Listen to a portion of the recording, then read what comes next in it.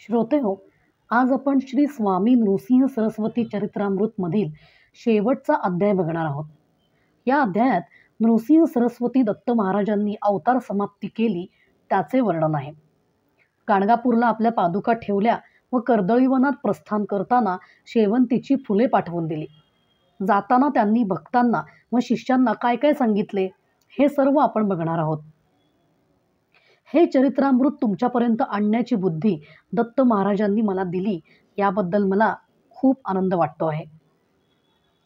तर मग अशा तऱ्हेने नृसिंह सरस्वती महाराजांना कोटी कोटी प्रणाम करून अध्यायाला सुरुवात करते. अध्याय 30. अध्यायाचं नाव आहे जातो आम्ही निज मठासी. पुढील जन्मी तू यवन बादशाह होशील व तुझ्या अंतसमयी मी नृसिंह सरस्वती हे नाव धारण करून संन्यासी स्वरूपात वावरत असताना मला भेटशील असे एका रजकाला श्रीपाद श्री वल्लभांनी जे वरदान दिले होते ते तुम्हाला आठवत असेलच. त्या वरदानानुसार त्या रजकाचा म्हणजे धोब्याचा पुनर्जन्म बेदर नगरीच्या बादशहाच्या कुळात झाला व तो तेथील बादशहा झाला. वर्षामागून वर्षे उलटता उलटता बादशहा वृद्धत्वाकडे झुकला. दुर्दैवाने त्याच्या मांडीवर एक फोड आला. त्याला असह्य वेदना होऊ लागल्या. वैद्य, हकीम, मंत्रतंत्र, गंडे, दोरे, ताईत या सर्वांचा आसरा आलटून पालटून कोण सांगेल त्या पद्धतीने घेतला गेला. मंदिरात, मशिदीत बादशहाच्या आरोग्य स्वास्थ्यासाठी प्रार्थनाही केल्या गेल्या, पण कशाचाच उपयोग होईना. त्रास वेदना कमी न होता दिवसेंदिवस वाढतच चालला होता. बादशहाला आता हे जिणे नको वाटू लागले. शेवटी सर्व उपाय संपल्यावर बादशहाने नगरातील विद्वान ब्राह्मणांना राजवाड्यावर बोलावून घेतले व तुम्ही तरी आता काही उपाय सुचवा अशी त्यांना विनंती केली. आम्ही तुम्हाला उपाय सांगू शकतो, पण तो असा उघडपणे सर्वांसमोर सांगता येणार नाही. त्यासाठी एकांत पाहिजे असे ब्राह्मणांनी म्हणताच बादशहाने आपल्या शयनगृहातून सर्वांना बाहेर जाण्यास सांगितले व ब्राह्मण येथून बाहेर पडेपर्यंत आत कोणी येऊ नये असे सांगितले. शयनगृहात बादशहा विना अन्य कोणी नाही याची खात्री होताच ब्राह्मण त्यांना म्हणाले, पूर्वजन्मीच्या महत्पापाचा हा परिणाम आहे. याला कोणताही भौतिक उपाय उपयुक्त ठरणार नाही. आध्यात्मिक शक्तीच यातून सोडवणूक करू शकेल. एखाद्या तपस्व्याच्या, सत्पुरुषाच्या, साधू संतांच्या केवळ कृपादृष्टीनेच या व्याधीपासून मुक्तता मिळेल. तसा कोणी आढळतो का हे पाहून त्यानं शरण जाणे जरूर आहे. बादशाह हे ऐकून त्यांना म्हणाला, तुमचे हे म्हणणे मला पटते आहे, पण हे कसे घडणार? मी तर यवन, साधू संतांची, तपस्व्यांची, सत्पुरुषांची मला माहिती नाही. तेव्हा कृपा करून अशा समर्थ व्यक्तींची गाठभेट कोठे होईल ते मला सांगा. मी काय केल्याने अशी व्यक्ती मला सापडेल त्यांची माझ्यावर कृपादृष्टी होईल. तुमच्या सांगण्याप्रमाणे मी सर्व काही करीन. विनाविलंबे मी त्यांचे पाय धरीन, त्यांना मनपूर्वक शरण जाईन. बादशहाची ही अंतरीची कळकळ जाणून त्यांनी त्याला गाणगापुरी जाऊन श्री गुरूंचे दर्शन घेण्यास व त्यांना शरण जाण्यास सांगितले. त्याप्रमाणे लागलीच आपल्या चतुरंग सेनेसह बादशहा गाणगापुरी जाण्यास निघाला. वेगाने अंतर कापीत तो गाणगापुरी पोहोचला. वेशीवर वर्दळ होतीच. सूर्योदय होऊन प्रहर दीड प्रहर उलटला होता. तेथील लोकांकडे येथे तपस्वी संन्यासी कोठे राहतात अशी चौकशी केली. बादशहाचे हे सैन्यासह झालेले आगमन बघून ते सर्व गडबडले व एकमेकांच्या चेहऱ्याकडे बघू लागले. बादशहाला हे त्यांचे मौन सहन झाले नाही. तो गरजला, काय सगळेच बहिरे झाला आहात की काय? उत्तर का देत नाही? श्री गुरूंचे मला लागलीच दर्शन घ्यायचे आहे. मला आता विलंब सहन होत नाही.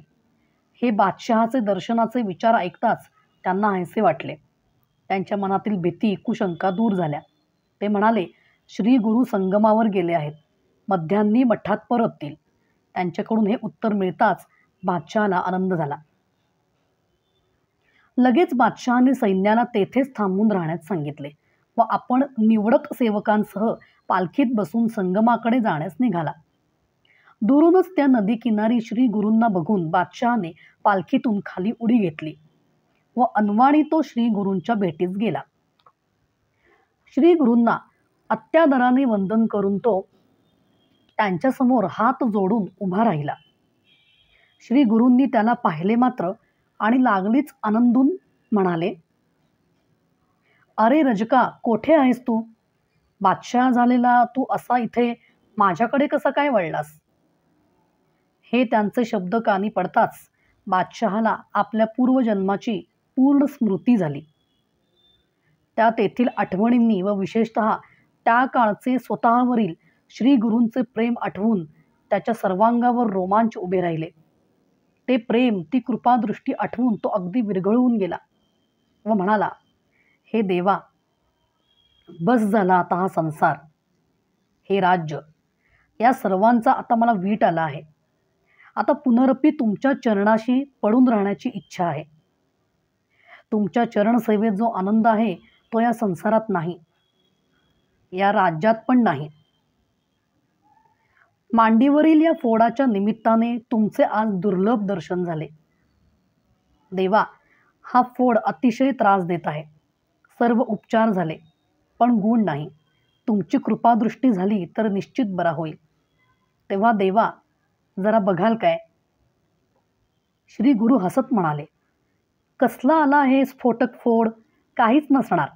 तुला भ्रम झाला आहे. दाखव पाहू मला कोठे आहे तो फोड." बादशहाने मांडीवरील वस्त्र दूर करून पाहिले व तो विस्मयचकित झाला. मांडीवर फोडाची नाव निशाणीही नव्हती.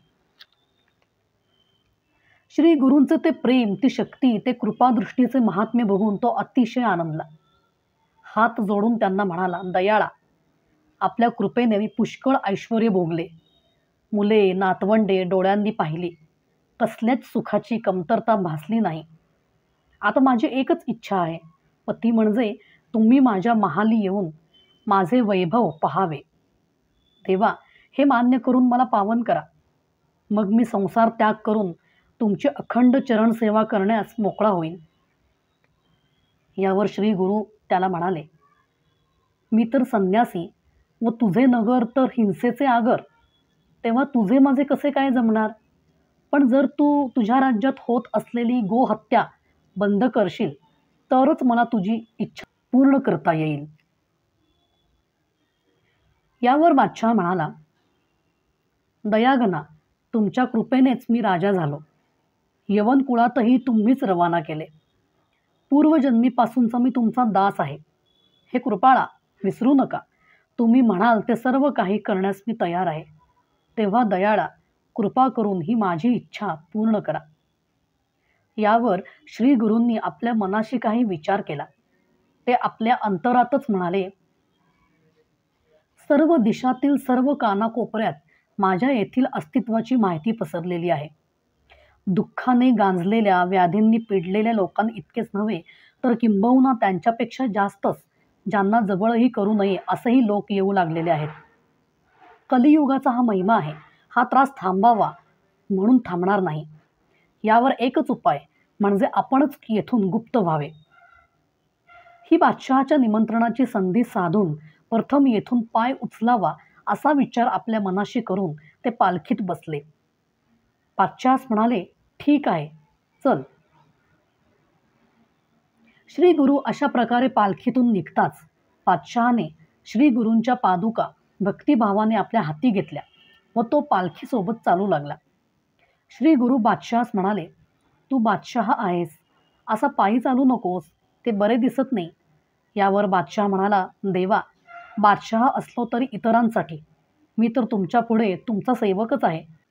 यावर श्री गुरूंनी आपली आज्ञा समजून पालखीत बसायचे नसेल तर निदान घोड्यावर बस म्हणून सांगताच बादशहा घोड्यावर बसला. गाणगापुराच्या वेशीवर बादशहाचे सर्व सैन्य, सेवक, घोडदळ होतेच. तेथे काही घोडे त्याने श्री गुरूंबरोबर निघालेल्या शिष्यांना दिले व अशा प्रकारे सर्वांचा प्रवास सुरू झाला. थोडे पुढे गेल्यावर श्री गुरूंनी बादशहास आपल्या जवळ बोलावले व म्हणाले की मी आहे संन्यासी, मला त्रिकाळ स्नान जपजाप अनुष्ठानादी कर्मे करावी लागतात. तू जरी माझा भक्त असलास तरी तू यवन असल्यामुळे तुझ्या संगतीत हे सर्व व्यवस्थित शास्त्रोक्त करता येणार नाही. तेव्हा मी पुढे जातो, तुला पाप विनाशी तीर्थावर भेटेन, तू सावकाश मागून ये. याप्रमाणे बादशहा सांगितल्यावर श्री गुरु आपल्या शिष्यांसह योगशक्तीचा वापर करून तेथून पटकन अदृश्य झाले व पाप विनाशी तीर्थावर काही क्षणातच प्रकट झाले. श्री गुरूंच्या आगमनाची बातमी त्या पापविनाशी तीर्थाच्या परिसरात सर्वत्र वाऱ्यासारखी पसरली. दर्शनेच्छू भक्तांची रीघ लागली. सायनदेवाचा पुत्र नागनाथही तेथे येऊन पोहोचला. त्याने श्री गुरूंची षोडशोपचारे पूजा केली. तेथे मोठी समाराधना झाली. श्री गुरु पुढे निघून गेलेले पाहून बादशाह अस्वस्थ झाला. त्याने आपला घोडा भरधाव पिटाळला व एका दिवसात वाटेतील 44 गावे पार करून तो पण दुसऱ्या दिवशी पापविनाशी तीर्थावर येऊन धडकला. तेथे श्री गुरूंना पाहून झालेल्या हर्षाने आनंदाने त्याचा सर्व थकवा शीण कोठल्या कोठे पळाला. त्याने तेथे पुन्हा एकदा आपल्या महाली येण्याची श्री गुरूंना विनंती केली व त्यानुसार 2 दिवसांनी त्याच्या महाली जाण्याचे श्री गुरूंनी मान्य केले. तो श्री गुरूंना वंदन करून लागलीच नगरात गेला व कुटुंबियांस श्री गुरूंच्या स्वागताची तयारी करण्यास सांगितले. सर्व अधिकाऱ्यांना हुकूम केले. अनिच्छेने का होईना पण बादशहाच्या आज्ञेस त्यांना मान तुकवावी लागली व ते कामास लागले. ब्राह्मणांना ही बातमी समजताच ते आनंदाने नाचू लागले. सर्व हिंदू समाजाने स्वागतासाठी कंबर कसली. 2 दिवसात चमत्कार घडला. सर्व नगर रंगीबेरंगी तोरणांनी पताकांनी सजले. दुतर्फा रस्त्यावर प्रत्येक 50 पावलांवर खांब रवण्यात आले. दुतर्फा सैनिकांनी उभे राहून मानवंदना द्यायची असे ठरले. वाटेत थोड्या थोड्या अंतरावर फुलपाकळ्यांच्या करंड्या लटकवण्यात आल्या व श्री गुरूंची पालखी त्याखाली येताच त्या करंड्या अलगद उघडल्या जाऊन श्री गुरूंवर फुलांच्या पाकळ्यांचा वर्षाव होईल अशी व्यवस्था करण्यात आली. नगरच्या प्रवेशद्वारावरून महालापर्यंत रेशमी जरीच्या पायघड्या पसरण्याचे ठरले. मधून मधून श्री गुरूंवर नाणी ओवाळून टाकण्याचे ठरले. मार्गात अशी 5 ठिकाणी निवडली की तेथे प्रत्यक्ष मोत्यांचे थाळे घेऊन श्री गुरूंना ओवाळायचे व ते मोती तेथे उधळायचे. श्री गुरूंच्या आगमनाप्रित्यर्थ सर्वांना अन्नदान करण्याचे ठरले. अशा प्रकारे सर्व योजना आखून त्याची योग्य प्रकारे अंमलबजावणी व्हावी म्हणून जबाबदारीने व्यवस्थित वाटप करून बादशहा त्या पापविनाशी तीर्थावर श्री गुरूंना सन्मानाने घेऊन येण्यासाठी म्हणून गेला. बादशहाबरोबर वाजत गाजत मिरवणुकीने श्री गुरु नगरात प्रवेशले. प्रत्येक ठिकाणी त्यांना ओवाळले जात होते. मुसलमान समाजाचे लोकही श्री गुरूंचे तेजस्वी व्यक्तिमत्व बघून दिपून गेले. श्री गुरूंच्या लीला त्यांच्या कानावर आल्याच होत्या. तो समाजही श्री गुरूंच्या स्वागतात हौसेने सामील झाला होता. बादशाही थाटाची ती सजावट, बादशाही थाटाचे ते स्वागत, त्यामागचे ते प्रेम, त्यामागचा जिव्हाळा पाहून श्री गुरूही आनंदले. अशा प्रकारे वाजत गाजत थाटामाटात श्री गुरु राजमहाली पाय उतार करते झाले. आपल्याबरोबरच्या सर्वांना बाहेर थांबण्यास सांगून आपल्याबरोबर फक्त 4 शिष्य घेऊन श्री गुरूंनी बादशहाबरोबर राजमहालात प्रवेश केला. अंतपुरात जाताच बादशहाचे सर्व कुटुंबीय अदबीने उभे राहिले व एक एक जण श्री गुरूंसमोर येऊन त्यांना अत्यंत विनम्र होऊन वंदन करू लागला. बादशहा प्रत्येकाची ओळख करून देत होता. प्रथम राण्या आल्या, मग पुत्र आले, मग सुना आल्या, मग जावयांसह मुली आल्या, मग मुलांची मुले आली, मग मुलींची मुले आली. अशा प्रकारे सर्व कुटुंबियांची तेथे हजेरी लागली. श्री गुरूंना तेथे रत्नजडित सिंहासनावर बसवण्यात आले होते. बादशहा त्यांच्यापाशी उभा राहून त्यांना हातात पंखा धरून वारा घालत होता, तर दुसऱ्या बाजूस मोठा पुत्र उभा राहून हेच काम करत होता. हा सर्वांचा परिचय करून देण्याचा कार्यक्रम आटोपल्यावर बादशहाचा हुकूम होताच तेथे एक ब्राह्मण आला व श्री गुरूंना म्हणाला, नवी कोरी रौप्य पात्रे आणून त्यातून ब्राह्मणांच्या हाती दूध आणवलेले आहे. तसाच फळांचा बंदोबस्तही केलेला आहे. ब्राह्मणांशिवाय कोणाचाच कशालाच स्पर्श झालेला नाही. हे त्याने सांगितल्यावर बादशहाने श्री गुरूंना फलाहार करून थोडे दूध घ्यावे अशी विनंती केली. श्री गुरूंनी हे मान्य केल्यावर त्या ब्राह्मणाने फळे आणून दिली. श्री गुरूंनी फक्त फळे घेतली. मग त्यांनी तेथे एक आसन ठेवण्यास सांगून ते आपल्या शेजारी ठेवण्यास सांगितले.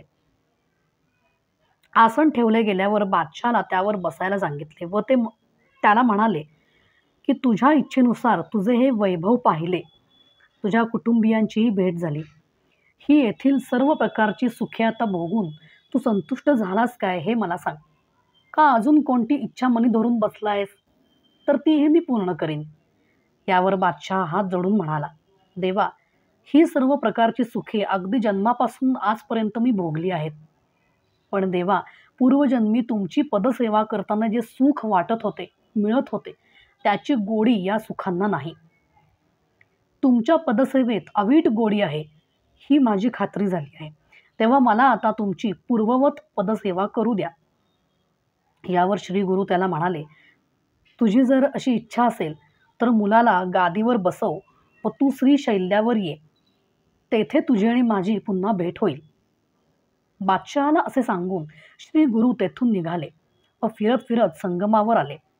श्री गुरु संगमावर आलेले पाहताच श्री गुरूंच्या विरहाने व्याकुळलेले तेथील सर्व भक्त आनंदले व त्यांनी श्री गुरूंचा उत्स्फूर्तपणे जय जयकार केला. त्यांनी श्री गुरूंचे पूजन केले व श्री गुरूंना मठात चालण्याचा आग्रह करू लागले. श्री गुरु त्यांना निश्चयपूर्वक म्हणाले, आता मला मठात चालण्याचा आग्रह करू नका. मी वेळ न दवडता लागलीच श्रीशैल्यावर मल्लिकार्जुनाच्या यात्रेस जाणार आहे. लौकिकदृष्ट्या जरी हे माझे येथून जाणे होणार असले तरी गुप्त रूपाने मी येथेच राहणार आहे. लौकिकदृष्ट्या मी आता येथे राहणे तुम्हाला हितावह होणार नाही. स्वतःला भक्त म्हणवून घेणाऱ्या ज्या प्रकारच्या लोकांची येथे झुंबड उडते आहे ती आता आवरणे शक्य नाही. म्हणून मीच येथून अदृश्य होणे उत्तम. जरी मी येथून जात असलो तरी भक्तांना मी येथेच आढळणार आहे. चंद्र सूर्य असेपर्यंत तुम्हा माझ्या भक्तांच्या हाकेला प्रतिसाद देण्यासाठी तुमच्या समोर हात जोडून तुमच्या सेवकाप्रमाणे इथे उभे राहणे माझे कर्तव्य आहे. तेव्हा तुम्ही चिंता करू नका. इतक्या वर्षांच्या माझ्या संगतीत जे काही आत्मसात केलेत ते न विसरता सांगितल्याप्रमाणे शिकवल्याप्रमाणे वागा. शुद्ध निर्मळ आचार विचार ठेवा. परस्परात देव पहा व येथे समाधानात राहा. गाणगापुरात मी निर्गुण पादुकांची स्थापना करत आहे. तेथे मी नित्य आढळेन. श्रद्धावान, निष्ठावान, अनन्य अशा भक्तीला प्रतिसाद देण्यासाठी व अशा एकनिष्ठ भक्ताला, उपासकाला मिठीत घेण्यासाठी मी तेथे बाहू पसरून उभा असेन, तिष्ठत असेन. तुम्ही मला अपेक्षित असलेल्या अशा वृत्तीने फक्त तेथे या. मला हाकही मारावी लागणार नाही. माझ्या या शब्दावर विश्वास ठेवा. तुम्ही अवश्य त्या पादुकांची मनोभावे सेवा करा. मीच तेथे आहे या विश्वासाने, श्रद्धेने पूजा करा. येथील अश्वत्थाची पूजा करा, गणेशाची पूजा करा व अष्टतीर्थात स्नान करा. असे केल्याने तुमचे जीवन सुखी होईल, चिंतामुक्त होईल, व्याधीमुक्त, सुसंपन्न, समृद्ध असे जीवन येथे जगून परलोकीही सुखी व्हाल. फक्त विश्वासाने केलेल्या दृढ अविरत भक्तीने हे प्राप्त होणार आहे, हे मात्र विसरू नका. मी निश्चित येथे आढळणार आहे याची खात्री बाळगा. सकाळी कृष्णेत स्नान करून नृसिंहवाडीत कृष्णा पंचगंगा संगमावरील औदुंबर तळी अनुष्ठान आटपून मी मध्यानेस भीमा अमरजा संगमावर येईल. तेथे स्नान करून गाणगापुरी मठात निर्गुण स्वरूपात पूजा स्वीकारीन. हा माझा नित्यक्रम असेल. तेव्हा आता माझ्या शब्दांवर विश्वासून शांत चित्त होऊन नित्योपासनेत रममाण होऊन राहा. मी आता या लौकिक देहाने मल्लिकार्जुन यात्रेस निघतो असे त्यांना सांगून श्री गुरु शिष्यांसह तेथून निघाले. ते ब्राह्मण भक्तही जड अंतःकरणाने मठात परतले. मठात श्री गुरु उपस्थित असल्याचे त्यांना भासू लागले. अधूनमधून अकस्मातपणे दिसू लागले. प्रत्यक्षात मात्र श्री गुरूंच्या स्थानावर त्यांच्या पादुका असलेल्या दिसू लागल्या. या पादुका तेथे कोणी ठेवल्या याचा त्यांना कधीच शोध लागला नाही. कारण त्या श्रीगुरूंनी स्वतःच तेथे भक्तोद्धारार्थ ठेवल्या होत्या. तेथील कोणी मानवाने त्या ठेवल्या नव्हत्या. आता त्या सर्वांची ही खात्री झाली की श्रीगुरूंनी थोड्याच वेळापूर्वी जे काही सांगितले होते ते केवळ समजूत घालण्यासाठी, वेळ निभावून नेण्यासाठी नव्हते, तर ते पूर्ण सत्य होते. श्रीगुरू गाणगापुरातून गेलेले नसून निर्गुण रूपे येथेच आहेत हे त्यांना दिसले. त्यांनी जाणले व नंतर हळूहळू वारंवार अनुभवलेही. श्रीगुरू जे संगमावरून शिष्यांसोबत निघाले ते पाताळगंगेच्या तीरावर येऊन पोहोचले. समोरच्याच तीरावर तो श्रीशैल्य दिमाखाने उभा होता. तेथे पोहोचताच श्रीगुरूंनी पाताळगंगेत स्नान केले व अनुष्ठानास बसले. शिष्यांनी पण तेथे स्नाने उरकली व तेही आपल्या नित्योपासनेत व्यग्र झाले. हा सर्व कार्यक्रम आटोपल्यावर श्रीगुरू शिष्यांना म्हणाले, माझ्यासाठी एक फुलांचे आसन तयार करून या नदीच्या पाण्यावर ठेवा. मला आता तुमचाही निरोप घेऊन निजधामास जायचे आहे. माझे येथील अवतारकार्य आता संपलेले आहे. तेव्हा मला आता या पृथ्वीवर हा देह धारण करून राहता येणार नाही. तुम्ही गाणगापुरात जा व सतत भक्ती, पूजन, भजन, चिंतन, नामस्मरण यात रममाण होऊन राहण्याचे तुमचे व्रत अखंड चालू ठेवा. दीन दुबळ्यांना सहाय्य करा. प्रत्येकाची अडीअडचण दूर करण्याचा प्रयत्न करा. मी सदैव तुमच्या आसपास आहे. तुमच्या प्रत्येक कृतीवर, उक्तीवर माझे लक्ष राहणार आहे. मी सतत तुमच्या पाठीशी असणार. माझे सतशिष्य म्हणून तुम्ही वावरत असताना तुम्हाला सतत योग्य ती दिशा मी दाखवणार. तेव्हा निश्चिंत राहा. मी माझ्या नियतस्थानी पोहोचताच प्रसाद पुष्पे पाठवीन. ती शेवंतीची फुले येथे येतील. ती घेऊन तुम्ही गाणगापुरी जा. माझा वियोग होतो आहे ही कल्पनासुद्धा मनाला शिवू देऊ नका. तेथील सर्व भक्तांना योग्य असे मार्गदर्शन करा व सुखी व्हा. असे शिष्यांना सांगून श्रीगुरू त्या फुलांच्या सुखासनी बसले व ते त्या पाताळगंगेच्या पात्राच्या मधोमध गेले. एखाद्या तराफ्यावर बसल्याप्रमाणे ते फुलांचे आसन त्यांचा भार घेऊन तरंगत होते. हे पाहून शिष्यांना अतीव आश्चर्य वाटले. पाहता पाहता ते आसन व श्रीगुरू अकस्मात अदृश्य झाले. तेथे एकही फूल दिसेना. शिष्यांना हे कसे काय झाले कळेना व त्यांच्याकडे येणारी फुले आता कोठून व कशी येणार या विचारात ते पडले. पण कितीही वेळ लागला तरी चालेल, फुले आल्याविना येथून परत जायचे नाही असा निश्चय करून ते तेथे बसून राहिले. काही वेळ गेल्यावर दुरून एक नावाडी आपली नाव वल्लवीत त्यांच्या दिशेने येत असलेला त्यांना दिसला. तो नावाडी शिष्यांजवळ येऊन म्हणाला, अति दूर पलीकडच्या किनाऱ्यावर मला एक देवस्वरूपी तेजस्वी यतिवर्य फुलांच्या आसनावर बसलेले दिसले. त्यांनी मला जवळ बोलावून तुमच्यासाठी एक निरोप दिला आहे की तुम्ही आता चिंता सोडून गाणगापुरी जा आणि निष्ठेने त्यांनी सांगितल्याप्रमाणे आचरण करा. ते कर्दळी वनात जात असून तेथून पुष्पे पाठवलीत. ती घेऊन आनंदाने परत फिरा. थोड्या वेळाने ती शेवंतीची फुले वाहत येत असलेली त्यांना दिसली. ती तेथे आलेली 4 पुष्पे सायनदेव, नंदी, नरहरी व सिद्ध या 4 शिष्यांनी प्रत्येकी एक याप्रमाणे घेतली व जड अंतःकरणाने श्रीगुरूंचे गुणगान करीत करीत गाणगापुरी ते सर्वजण गेले. तो शुक्रवार माघ वद्य प्रतिपदेचा दिवस होता. शिशिर ऋतू होता. आजही गाणगापुरात माघ वद्य प्रतिपदेपासून 4 दिवस श्रीगुरूंच्या पुण्यतिथीनिमित्त मोठा उत्सव होतो. नृसिंहवाडीतही असा उत्सव प्रतिवर्षी होतो. या दोन्ही स्थानी सश्रद्ध भक्तांची अलोट गर्दी उसळते. अवधूत चिंतन श्री गुरुदेव दत्त. यतिवर्य श्री स्वामी नृसिंह सरस्वती दत्तात्रयार्पणमस्तु. तर श्रोतेहो, अशा तऱ्हेने या अध्यायांची आज इथे समाप्ती झाली. मी या चरित्रामृतातील सर्व अध्याय अपलोड केलेले असून त्यांची प्लेलिस्ट बनवलेली आहे. त्या प्लेलिस्टची लिंक डिस्क्रिप्शन बॉक्समध्ये मिळेल. श्री गुरुदेव दत्त.